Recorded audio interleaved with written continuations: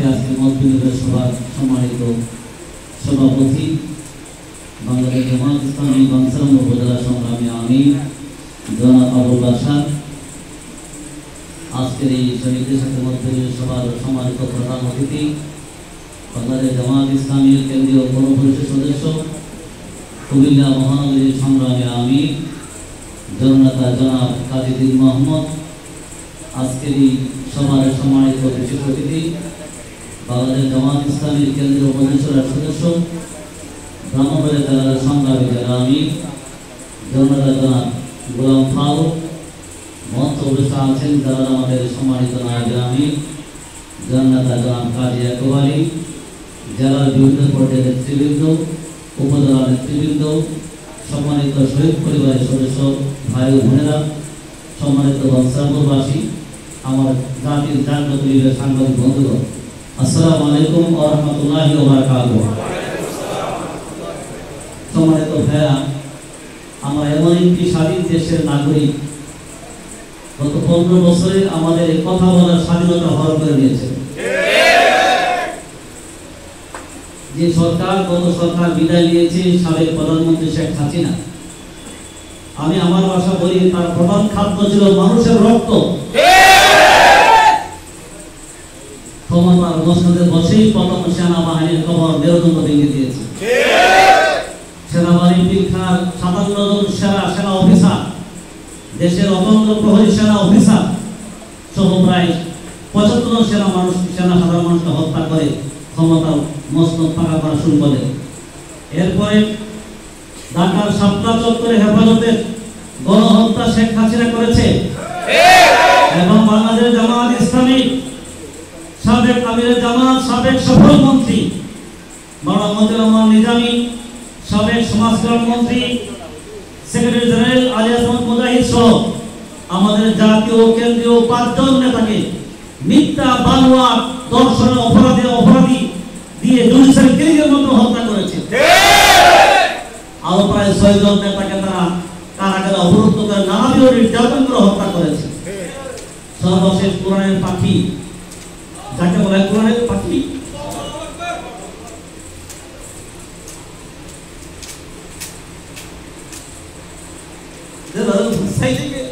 হসপিটালে নিয়ে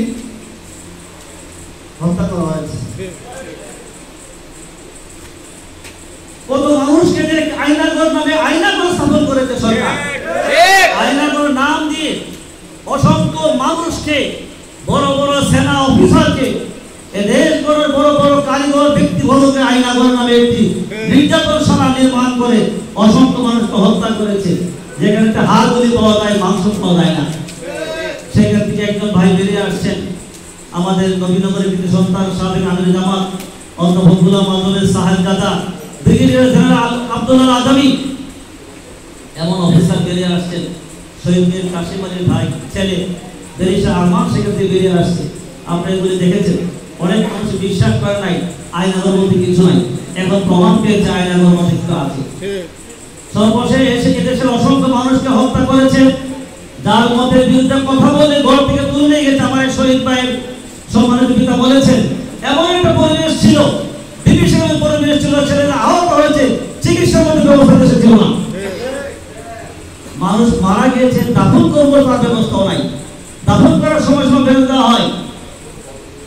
সর্বশেষ জুলাইয়ের গণঅভ্যুত্থান, বাংলাদেশের দামাল ছেলেরা, বাংলাদেশের বীর মুক্তিযোদ্ধারা, বাংলাদেশের মুক্ত, বাংলাদেশের আবু সাইদের নেতৃত্বে যে সমস্ত শহীদরা নতুন বাংলাদেশ গড়ার ক্ষেত্রে অবদান রেখেছে, বাংলাদেশ জামাত ইসলামী এদেরকে শ্রদ্ধা করে স্মরণ করছি। আমরা স্মরণ করছি যে সমস্ত শহীদরা, 1000-এর অধিক উপরে আমাদের তরুণ ছাত্ররা শহীদ হয়ে জীবনের রক্ত বিলিয়ে দিয়ে এ দেশকে জালিমের শাসন থেকে মুক্ত করার অবদান রেখেছে। আমরা আজকে সমাবেশ থেকে বর্তমান তত্ত্বাবধায়ক সরকারের কাছে জোর দাবি জানাচ্ছি, যতগুলো হত্যা সরকার করেছে প্রত্যেকটি হত্যার বিচার দেশবাসীতে করতেই হবে। আমরা গণহত্যার বিচার চাই। যে ট্রাইব্যুনালের মাধ্যমে এদেশে যে মানুষকে হত্যা করেছে, সেই ট্রাইব্যুনালের মাধ্যমে গণহত্যাকারী শেখ হাসিনার দৃষ্টান্তমূলক প্রকাশ্য শাস্তি দাবি করছি। শিক্ষা ব্যবস্থা, সাংস্কৃতিক ব্যবস্থা, অর্থনৈতিক ব্যবস্থা গোটা দেশকে একটা ভারতের গণতন্ত্রে পরিণত করেছে। সম্মানিত বাংলাদেশবাসী, আমরা আপনাদের অনুরোধ জানাচ্ছি, আমরা আমাদের এই দেশকে সুন্দরভাবে গড়তে হবে, এই দেশকে সাজাতে হবে। যে সমস্ত শহীদরা অবদান রেখেছে এদেরকে শ্রদ্ধা করে সারা জীবন স্মরণ করতে হবে। আমরা দেখেছি ৭১ স্বাধীনতার যুদ্ধে যারা অংশগ্রহণ করেছে এদেরকে মুক্তিযুদ্ধ বলা হয়, স্বাধীনতা যুদ্ধ বলা হয়, এদের মাসিক ভাতা প্রদান করা হয়। আমরা সরকার কাছে দাবি জানাচ্ছি, দ্বিতীয় স্বাধীনতার যুদ্ধে যারা শহীদ হয়েছে প্রত্যেক পরিবারের জন্য একটি ভাতার ব্যবস্থা চালু করতে হবে। আমার ভাই বলেছেন পরিবার উপার্জনের সক্ষম ব্যক্তিরা দুনিয়া থেকে চলে গিয়েছে। যে ছেলেরা ইউনিভার্সিটি পড়াশোনা করতো, ইউনিভার্সিটি পড়াশোনার কারণে পরিবারের প্রচুর টাকা ব্যয় করে তাকে ইউনিভার্সিটি শ্রেষ্ঠ সন্তান উপহার দিতে গিয়েছিল, আজ সেই সন্তানকে হারিয়ে যাওয়ার কারণে এই কি অবস্থা সেই পরিবার নিয়ে এসেছে। সেই সন্তান যদি আমার সন্তান হতো, আমার ভাই হতো, আমার অবস্থা কি হতো? এদেশের জালিম, এদেশের দুঃশাসন থেকে, এদেশের দুর্নীতি থেকে যারা রক্ত দিয়ে, জীবন দিয়ে, বরণ করে দেশের মানুষকে সন্ত্রাস থেকে, নির্যাতন থেকে মুক্ত করেছে, অবশ্যই এই সমস্ত পরিবারকে অত্যন্ত সম্মান দিতে হবে। আজীবন সেই পরিবারের পুনর্বাসনের দাবি ব্যবস্থা করছি। আমরা আজকে আসছি, আমাদের কেন্দ্রীয় বক্তব্য রাখবেন আমাদের জামাত ডাক্তার শফিকুর রহমান। উনি চমৎকার ঘোষণা দিয়েছেন, সেই ঘোষণাটা আমাদের প্রধানমন্ত্রী ঘোষণা করবেন।